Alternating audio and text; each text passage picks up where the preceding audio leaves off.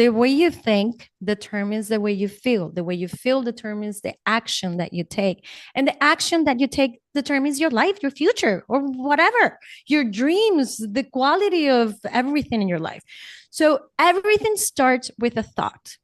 There's something, I think it was last year when I went back to school again, and I did this program from Amen University, from Dr. Daniel Amen, and he's been taking pictures of the brain for like 30 years.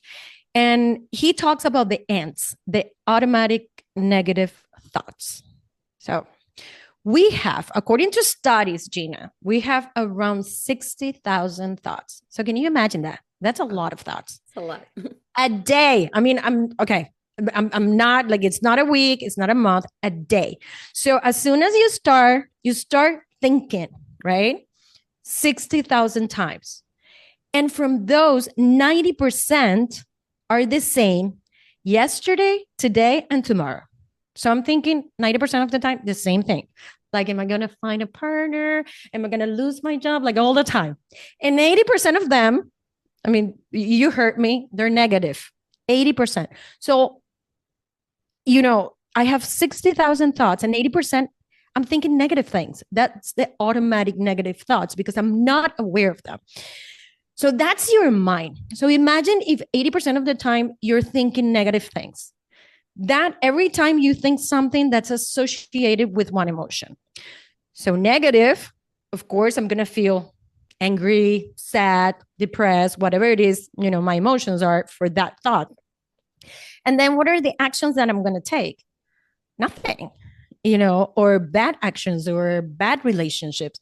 So it is really important. And I would have to say that for me, mine, it's on top of everything.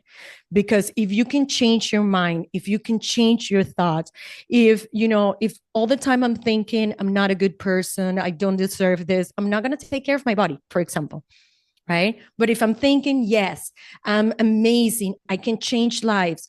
If I want to change life, I have to take care of myself. So that's self-love. So everything starts with a thought. What do you do? Because, okay, so maybe you're listening and you're saying, Danita, okay, that's beautiful, but what do I do? I'm like, you have to be present. You have to live in the present moment. You need to practice mindfulness. So you're aware of the thoughts. And then you can reframe them, and then you can change them. And then you can say, okay, so I have this belief that I'm not good enough.